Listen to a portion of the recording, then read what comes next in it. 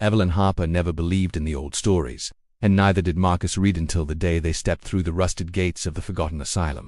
The air inside was thick with dust and secrets, and every shadow seemed to watch them, waiting. As soon as they crossed the threshold, the doors slammed shut behind them, and a whisper slithered through the halls. "You were never meant to leave." The first time I saw the asylum, it was nothing but a dark outline against the fading orange of the evening sky. It sat on the edge of town like a rotten tooth in a dying mouth, broken windows glinting faintly as if mocking the last light of day. The stories about it had always traveled in whispers, half-truths told in hushed voices at gas stations and coffee shops, warnings to keep children from wandering too far. I was never told directly to stay away, but I could feel the silence whenever the place was mentioned. It was the silence that drew me. As I walked up the long dirt road leading to the asylum gates, the air grew heavier, carrying a smell I couldn't quite place. It was more than mold or decayed. It was sweet and metallic, like rusted iron soaked in rain. The gate itself was bent and rusted, jagged metal curling outward as if something had forced its way through. My fingers brushed against it, and the sting of rust and cold made me flinch. Still, I slipped between the bars. Inside the grounds, weeds had taken over, curling up the walls and forcing their way through cracks in the pavement. The asylum's facade loomed above me, its walls a patchwork of peeling paint and black water stains. The front doors hung open at odd angles, as if pried apart by hands too strong to belong to any human. Every part of me screamed to turn around, but my legs kept moving. Curiosity was louder than caution. The moment I stepped inside, the air changed. It was cooler, damp, and thick with dust. My footsteps echoed unnaturally, bouncing back as though the walls themselves were listening. My flashlight's beam cut through the darkness in sharp slices, landing on overturned gurneys, broken wheelchairs, and piles of debris. Faded tiles crunched under my shoes, and above me the ceiling sagged dangerously, heavy with water damage. Along the walls I noticed carving scratches deep enough to pierce the plaster. At first they seemed random, but as I studied them I realized they were words, letters gouged by desperate hands. One message repeated over and over, "Do not remember." The letters were jagged and uneven, some overlapping as if scratched in a frenzy. My stomach tightened. It didn't feel like ordinary graffiti, it felt like a warning. I kept moving down the main corridor, and with each step, the sense of being watched grew stronger. My flashlight caught the edge of something hanging from the ceiling, a broken light fixture swaying slowly, though there was no draft. I swallowed hard, forcing myself to breathe evenly, telling myself it was just the building settling, just old air shifting around me, but deep down I didn't believe it. I reached a stairwell. The metal railing was bent in several places, the steps thick with rust. My shoes slipped slightly as I climbed, each step groaning like it might collapse under my weight. On the second floor, the hallway stretched endlessly, lined with patient rooms. Their doors were ajar, some barely clinging to their hinges. I forced myself to look inside one of them. The room was small, its paint peeling in long strips from the walls. A bed sat against the corner, its mattress long rotted away, exposing rusted springs. Leather straps still dangled from the bedframe, stiff with age. In the far corner, scratched deep into the wall, was a symbol I didn't recognize. It looked like an eye, but distorted, misshapen, as if whoever carved it had never seen an eye before. I backed away, and my flashlight beam landed on another door farther down the hall. Unlike the others, this one was locked. Its surface was covered in chalk numbers, smeared and fading, dozens of them, scattered across the wood like someone had been frantically writing and rewriting. I traced one with my finger, and the chalk crumbled beneath my touch. That was when I felt the doorknob beneath my hand was warm. Not just slightly, but like it was alive, pulsing faintly as though blood flowed beneath the metal. I froze, every hair on my body standing on end. I pulled my hand back sharply, my heart hammering in my chest. Then the sound came, faint, but clear. From behind the locked door something shifted, a dragging step, slow and deliberate, like bare feet scraping against tile. The sound came again, closer this time, as if it was approaching the door from the other side. My flashlight flickered, the beam dimming for just a second before returning, and in that moment of darkness, I swore I saw a shadow pass beneath the crack of the door. The air grew colder, and all around me, the silence thickened until it felt suffocating. I should have run, but I stood frozen, my hand trembling inches from the knob. My mind screamed for me to leave, but my body wouldn't obey. All I could do was listen as the dragging steps stopped right on the other side of the door. That was when the doorknob began to turn on its own. I stumbled backward from the locked door, nearly dropping my flashlight. The knob twitched once, twice, then stilled, but I couldn't bring myself to look away. My chest heaved as though I had just run for miles. The silence pressed against me, heavy and deliberate, as if the asylum itself was holding its breath. I waited for the dragging steps to continue, but nothing came. The quiet was worse than the sound. I forced myself down the hallway, moving quickly but trying not to make too much noise. Every corner I turned felt the same, peeling paint, flickering shadows, the sour stench of rot clinging to the air. My light caught on broken tiles that glittered like shards of bone. The deeper I went, the stronger the feeling grew that the building didn't want me to leave. When I glanced back, my stomach lurched. The numbers on the locked door had changed. Where there had once been dozens, all smudged and chaotic, now only one stood clear, chalk white against the wood.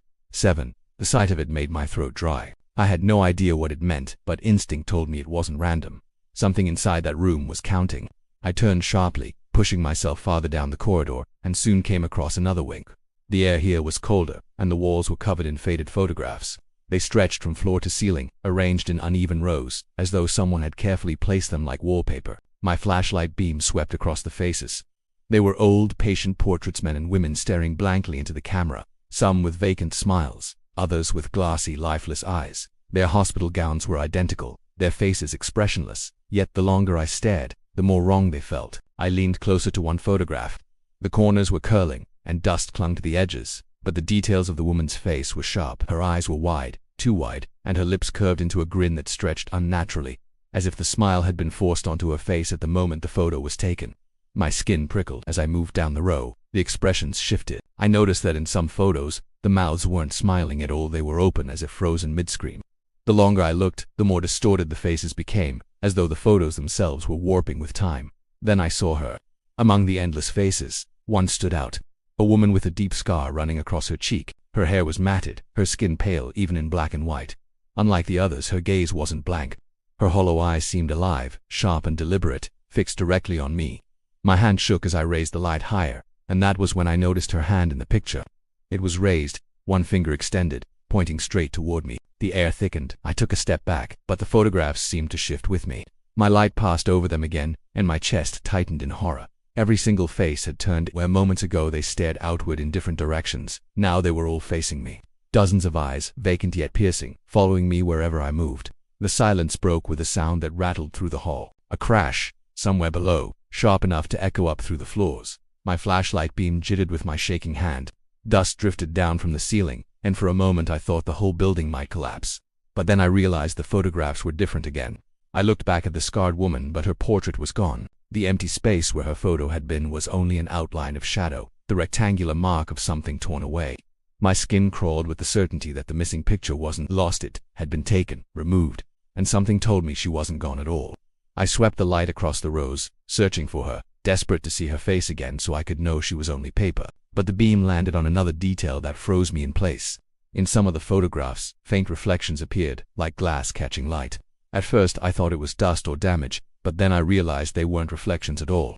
They were shapes standing behind the patient's faded figures, darker than shadows, lingering over their shoulders. My breath hitched, and I took a step back, pressing against the opposite wall. The floor creaked loudly beneath me, and the sound seemed to ripple through the hall like a signal. The photographs trembled, their edges fluttering though no air moved.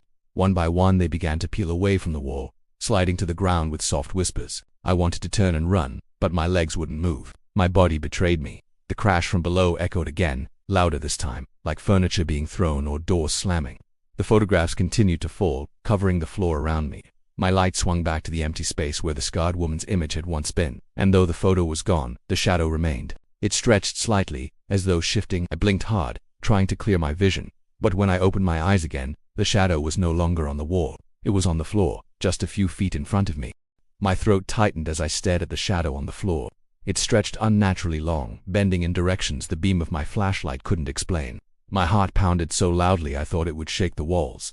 I stepped backward, careful not to make a sound, but the shadow seemed to pulse, as though it were breathing. I blinked, and in that fraction of a second it was gone. Panic gripped me. I turned and ran, not caring where the hallway led. My footsteps pounded against the cracked tiles, echoing too loudly in the silence. I wanted to believe I was heading back to the entrance, but the corridors twisted and shifted until nothing felt familiar. Every turn brought me deeper inside, each hallway narrowing as though the building itself were closing in. I finally stopped, gasping for breath, and realized I was standing in front of a half-open door. Inside was a circular room with rows of chairs bolted to the floor.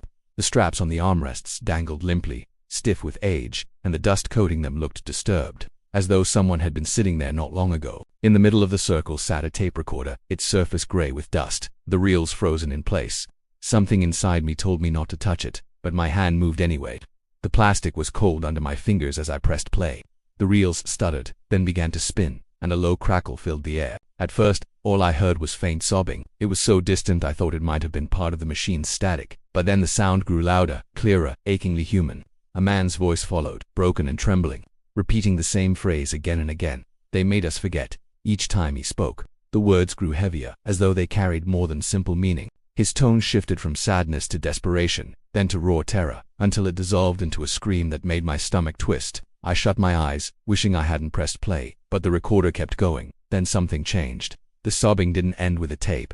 It lingered in the room, curling around me like breath against my ear. My eyes snapped open. The chairs were empty, the room still, but the sound was no longer coming from the recorder. It was behind me, every muscle in my body tensed. I turned slowly, scanning the room with my flashlight, but there was no one there. The sobbing grew louder, closer, until it seemed to circle me. I couldn't breathe. The recorder clicked suddenly, the reel grinding to a stop, and the silence that followed was unbearable. The air shifted. My skin burned with the sensation of someone standing inches away. I couldn't see them, but I could feel their presence pressing down on me, smothering me. I stepped toward the door, moving carefully, afraid that any sudden movement would provoke whatever was there. My hand gripped the frame, and I slipped into the hallway, my flashlight beam shaking wildly. I thought I had escaped, but the sound came again, a faint dragging, like footsteps scraping against tile. It followed me, echoing off the walls, always a step behind. I walked faster, my breaths sharp and uneven, but the sound matched me, unrelenting. I broke into a run, the hall blurring around me, and yet the dragging didn't fade. It stayed close, as if something unseen was chasing but never tiring. The asylum twisted around me until I lost all sense of direction. I turned a corner and nearly crashed into a heavy metal door. It was different from the other, sticker reinforced, with a small observation window covered in grime. My light cut through the filth just enough to reveal the room beyond. Inside was a padded cell. The walls were torn open in long slashes, yellow stuffing spilling out like entrails. In the center of the room lay a pile of restraints tangled together, the leather straps stiff and cracked. My heart skipped when I noticed the floor. The padding wasn't just ripped, it was carved with words, etched over and over until the writing filled every surface. The same words I had seen scratched into the hallway walls. Do not remember. My hands shook as I pressed against the window, and that was when I saw it. A faint outline in the corner of the cell, darker than shadow, crouched low as if hiding. My flashlight beam trembled as I tried to focus on it, but the shape seemed to sink deeper into the darkness, resisting the light. A sudden sound burst from the recorder I still carried. It had turned itself back on, the reels spinning wildly without my touch. The man's voice screamed through the static again, only this time the words had changed. They weren't "they made us forget." They were something worse. "They remember you." The dragging footsteps erupted just behind me. I ran without thinking, the recorder clattering in my hand as its voice shrieked into the empty halls. My lungs burned, my legs shook, but I didn't dare stop. The dragging footsteps seemed to chase me, echoing off every wall, multiplying until it sounded like dozens of things were pursuing me. I threw myself into the first open doorway I saw and slammed it shut behind me. The sound cut off instantly, leaving only the violent thud of my heartbeat in my ears. The room was dark except for the trembling beam of my flashlight.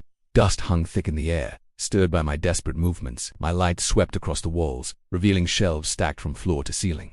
I had stumbled into some kind of records room. The shelves leaned under the weight of countless files, their edges yellowed and curling with age. I pulled one at random, needing a distraction from the silence pressing against the door. The folder crackled in my hands as I opened it. Across the top in bold letters was the name, patient number 47. The actual name beneath had been blacked out with thick, uneven strokes, as though someone didn't want it remembered. The notes inside were brief but chilling. They described a woman prone to violent fits, screaming at night, clawing at walls until her hands bled. The final entry contained only a single word written in large, black ink, erased. I dropped the file onto the floor, my stomach turning. The word clung to me like a curse. I reached for another folder, then another. Each one was the same. Patients with blanked-out names, their lives reduced to short paragraphs of suffering, and every record ending with that same word, erased. It wasn't discharge or death. It was as if they had been wiped from existence entirely. My hand shook as I opened another file, and my breath caught in my throat. The photo paper clipped to the inside was of the scarred woman I had seen in the hallway photographs. Her hollow eyes stared up at me, unchanged by time. My hand trembled so badly the picture slipped free, fluttering to the ground. I stared at the page beneath it, reading the notes I already dreaded. Violent, uncooperative, disturbed. The final entry was the same. Erased. I wanted to stop. I wanted to drop everything and run, but some force pulled me deeper. I scanned the shelves until I found a folder thicker than the rest. Its spine cracked, the paper nearly spilling out. I slid it free, brushing the dust away, and froze when I read the name on the front. It was mine. The blood drained from my face. My fingers numbed as I opened it, each page scratching against my skin. What I read made no sense, but the words were there in black and white, details of my childhood, my habits, memories so private I had never spoken them aloud. Dates of events I had almost forgotten, fears I carried silently. Somehow, the asylum had a record of me. I flipped to the last page, hoping to prove it was a mistake. My breath turned shallow when I saw the final word scrawled across the bottom: erased. My light flickered violently, shadows stretching across the shelves. The air grew thick and electric, buzzing in my ears until I thought my head would split. Then the files began to move. At first just a tremble, a shift, but soon entire stacks shook loose and spilled onto the floor. Pages scattered, sliding across the dusty ground in patterns, as though guided by unseen hands. I pressed myself against the wall, watching in horror as the papers gathered together, forming a single word across the floorboards. Stay. My throat tightened. The files rattled harder, folders toppling from shelves one after another. I tried to push toward the door, but the piles of papers shifted, blocking my path. The room groaned as though the asylum itself was alive, pushing me deeper into its belly. The shelves leaned dangerously, threatening to collapse. My flashlight beam swept the room, desperate for escape, and caught on something in the corner. A tall cabinet, rusted and sealed with a heavy lock. Its surface was scratched with deep gouges, so many that I couldn't tell what the original metal had looked like. But in the middle, clear and deliberate, was the same distorted eye symbol I had seen in the patient room upstairs. The buzzing in the air grew louder, drilling into my skull. I stumbled forward, covering my ears, but the sound didn't come from outside. It was inside me, vibrating through my bones. My vision blurred, spots of light dancing across my eyes. When I looked down, the files on the floor had changed again. They no longer spelled stay. Now they spelled my name. I dropped the flashlight, clutching my head, and in that moment the buzzing stopped. The silence that followed was worse. I bent down to grab the light again, my fingers brushing cold metal, when a breath that wasn't mine shivered against my ear. It whispered the same word I had seen scrawled in every file, in every note, in every memory that Asylum wanted to consume. Erased. The whisper crawled through me, colder than the air itself, leaving my body trembling as if I had been dipped in ice. I spun around with my flashlight raised, but the records room was empty. The files still scattered across the floor in patterns that mocked me. My name stared back at me from the papers, each letter sharp and deliberate. I couldn't stay there. I couldn't let the asylum hold me another second. I forced the door open and staggered into the hallway.